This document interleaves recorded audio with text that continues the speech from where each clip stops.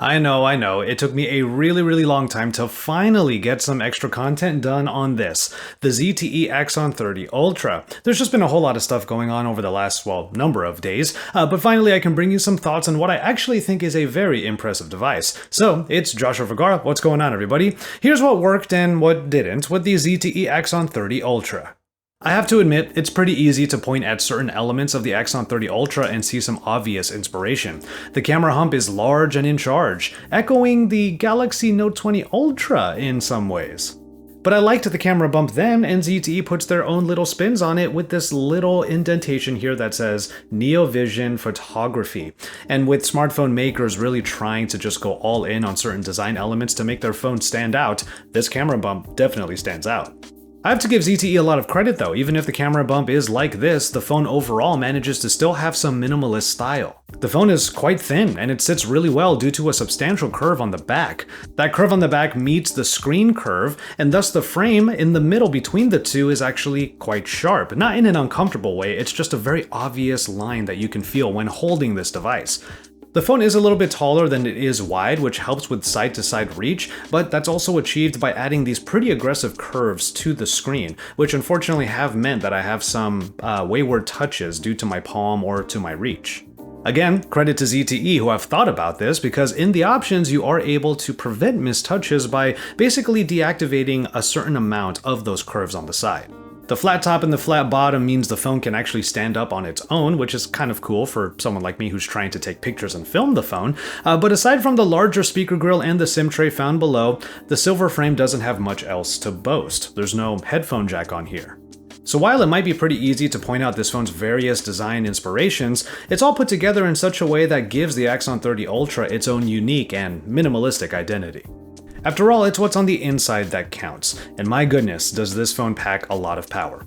The screen, already large but trying to be accessible with its curves, is a great looking AMOLED display that sports a really high refresh rate of 144 Hz. 120 Hz is the number that we tend to hear most often with these smartphone displays, but ZTE just went ahead and one-upped all of that with this 144 here in the options. The text under the setting gives you the fair warning though, despite a little bit of broken English, which you might find in certain places in this software, and while the display is Full HD Plus resolution, that's more than enough for most people when it comes to just general enjoyment, and then you have the high refresh rate to kind of make up for it. Also, by the way, the fingerprint reader is in the display, and that rounds out the general capabilities of this panel. So, powering the smooth operating system that is rendered on the fast screen is then the Snapdragon 888, which is awesome to see in a phone that is more affordable than many of its high-end competitors. Rounding out that spec sheet is up to 16 gigabytes of RAM, already pretty nuts, and then up to 1 terabyte of onboard storage, which kind of makes sense that that is an option because you are not able to expand the storage with an SD card. The SIM tray is just all SIM tray all the time. So of course games will just fly on this device, and while there are a few titles that actually support even the 90 or 120 frames per second, at least you're good to go with the 144 Hz screen whenever game developers finally adopt more of these high speeds. And during gaming, the speakers actually provide some decent sound. While the lower end frequencies could definitely be better, straight on viewing or gaming right up to your face definitely results in a proper stereo experience. And finally, a 4600 mAh battery in here might not be the largest that we've seen, but considering how thin the phone is, along with the fast screen and the high specs, I think that the Axon 30 Ultra manages to strike a bit of a balance. Besides, it's able to charge up in a hurry with 65-watt fast charging. I will admit though, there was a little bit of worry, especially when I'm trying to crank everything at that 144 Hz, of this phone just not really making it to the end of high usage or power user days, especially on those days when I actually did take this out for like a lot of photo taking and a lot of video shooting. But let's go ahead and get into the software now. MyOS is ZTE's take on Android, and it's actually got some design tropes that you might have seen in previews for the upcoming version of stock Android. It's a bit bubbly, but what it lacks in some space saving is made up for in obviousness. Button targets are really big, and there's little confusion as to what any one element might do. Somehow it manages to strike the balance between minimal and not overtly busy, but still, it's bubbly. There are plenty of options included to cover different features and needs, but personally I actually really adore the high levels of customization that are available here, like for example everything that you can do with the always-on display. Personally, I'm a really big fan of this like sideways looking flip clock style, and this is the one that once I found it, it's been my always-on display this entire time. What's great is I did not even have to try that hard to make this software work for my needs. It was already pretty easy on the eyes, and with a little bit of cleanup, I still had everything I needed, including a fairly simple app drawer and of course Google Discover over on the side. So my OS definitely has all of the things that you might want from an everyday OS. Given the price of this phone, there are obviously things that had to be trimmed, and I'm going to go ahead and mention them in this portion of what didn't work. After all, these features are things that you might end up paying for in those more expensive offerings and competitors to the Axon 30 Ultra anyway. I already mentioned the lack of an SD card slot as part of this SIM tray, but the other thing that is missing here is more of a convenience feature, but it's something I do use pretty often, and that's wireless charging. The fast charging is super great still though, don't get me wrong. And finally, the phone, despite looking and feeling quite great, does have an IP rating. What's really good though is that there is a case included in the box, and it's a pretty simple case but does enough to give the phone a little bit more protection while not taking away from, like I said, the pretty good look of the device. Alright, now to talk about the cameras, which I will have to say right off the bat, I'm fairly happy with them, but I do call this a section of what didn't work. It's mainly about what they were claiming about the main cameras, but before we get to them, let's talk about this front-facing camera. This is another part that's not like my favorite thing about the camera. It is a 16 megapixel shooter on the front, but it's not able to record at more than 1080p resolution. So I do wish to have 4K on the front as much as possible. It's really great to get it for like general vlogging and whatnot, but for 1080p, this might be pretty good for social media for most of you out there. The framing is a little tight. I'm actually kind of reaching here. It's not that bad, but I think when it comes to video, you're mostly going to be shooting yourself. In pictures, you can maybe fit 1 or 2 other people in your frames, but yeah, bear that in mind if you are trying to use the Axon 30 Ultra for some more vloggy type videos.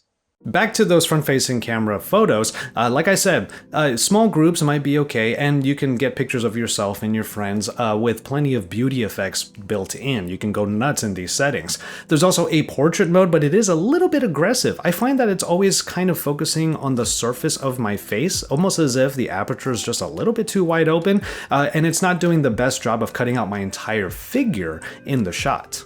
Okay, so the main cameras, and we are back to that camera bump, which has some insane numbers right on the camera bump. The magic number is 64. You get a 64 megapixel main shooter, a 64 megapixel zoom or portrait lens, and then a 64 megapixel ultra wide. Now there is a periscope lens that helps with farther zooms, but that particular sensor is only 8 megapixels. For the most part, these high megapixel sensors provide fairly good results that are only brought down by really the camera app's own processing. The processing is usually great in most shots, but there are times when it will just miss the mark. There is a bit of attention paid to certain details, like for example, all but the ultra-wide angle camera has autofocus, which is nice to see, even if it is a bummer for the ultra-wide. However, my main gripe here is that each and every lens has like a quirk to its usage, which adds a bit of a learning curve for anyone who's going to get this phone due to its price and is hoping to just go off to the races and get a bunch of really great shots right away. At one time, you're using the main sensor, and it's wide enough for most typical shooting situations. It's also the one that is most consistent when it comes to the app's processing of the final photos. Then you go over to 2 times and you're moving to a slightly tighter lens that also gets triggered for the portrait mode. It's with this sensor that it seems the camera app is trying to add some extra sharpening, which means that photos from here don't seem to be perfect recreations of the scenes they're trying to capture. If you want to go farther, you get over to 5 times zoom, and that's where the periscope lens comes into play, which is where you might notice that focusing closely on a subject is actually harder to do. That's the quirk that I've seen with periscope lenses in the past, where far zooming is for objects that are actually far away, rather than zooming into the finer details of anything that's closer. This is also where you find the biggest dips in quality, in both photos and videos. Then again, the periscope lens is that 8 megapixel shooter, and it's really just there to achieve the far zoom rather than doing it at a super high quality. And then finally, the ultra wide is quite wide, and it works well to get the dramatic shots that a wide angle provides. But with a lack of autofocus, you might need to move a little bit to make sure that if you have a subject you want to focus on, that it is actually in focus. This is a quirk that showed up in my video shooting, where I was hoping to use the wide angle lens as a go-to for video content.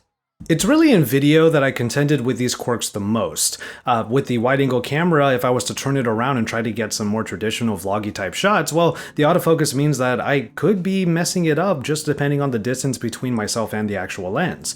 And then far zooming exacerbates the lower quality of the periscope lens again. As far as other things you can do in video, you can do like 8K video recording, but I rarely shoot at that resolution anyway, and the 4K video results are fine, aside from the specific drawbacks that I've been talking about. One thing I will applaud ZTE for is how they organize the different camera modes and features. Extra video modes are nestled in a sub-menu under the main video mode, which feels properly intuitive. These are the modes I would want to use if I want to get extra creative. Extra modes include the multi-camera, which is an interesting way to be able to use all of the cameras at once or easily switch among them in one interface, but the output is still only at 1080p. So, multi-cam recording, selecting which focal lengths and which cameras you want to be using all at the same time. So what we have here is the front-facing camera. So my arm's a little bit wide out right now. I'm really kind of stretching it. So you can see me over on this side. Down here, when I go like this, down here we have the ultra-wide camera working, and then the 2x. So we have all of these running at the same exact time for this simultaneous recording. Let me see if I can use two hands here so that you can get a very stable shot through this lovely corridor. I say that the cameras on the Axon 30 Ultra almost didn't work, mainly because of the little hype machine that happens when I saw that there were 3 64 megapixel sensors on here. That's still quite the feat, but maybe my expectations were so high that of course I was not going to really realize everything I wanted. They get really close though, and all of these pictures and videos are things that you could say are a bit above average for someone who might be looking at the ZTE Axon 30 Ultra as a more affordable alternative to the really expensive high-end flagships that other companies are making. So in that regard, I say that overall the camera package is a win. There are just a number of things you have to keep in mind, and of course, there's going to be a bit of that learning curve given the quirks I mentioned earlier. ZTE never fully went away, but let's just say with the Axon 30 Ultra they did a wonderful job on the re-entry. The cameras are powerful, if not quirky, but for most people out there, it's all about how powerful the screen is and how much power is right underneath that screen. You'll be able to get a super powered smartphone for everyday usage that is at least a few $100s less than the highest end competition that have many of the same specifications. And they managed to pack it all into a body that is actually really easy on the eyes, fairly easy on the handling, and ultimately just gives you everything that you really need without having to ask you for too much out of your wallet. In an age when smartphones are getting pretty crazy both in price but also in some of their elements, ZTE shows us that they can get a little nuts too, but not so much that they are going to sacrifice all of the essentials and the practicality that you are undoubtedly looking for in a daily driver. For more on phones like the ZTE Axon 30 Ultra and beyond in the world of tech, make sure you subscribe to my channel. Drop some likes on this video and get into the comment section to let me know what you think of this particular product. From there, I'm going to go ahead and call it on this one. Thank you so much for watching. Please take care of yourselves and each other and enjoy your tea, everybody.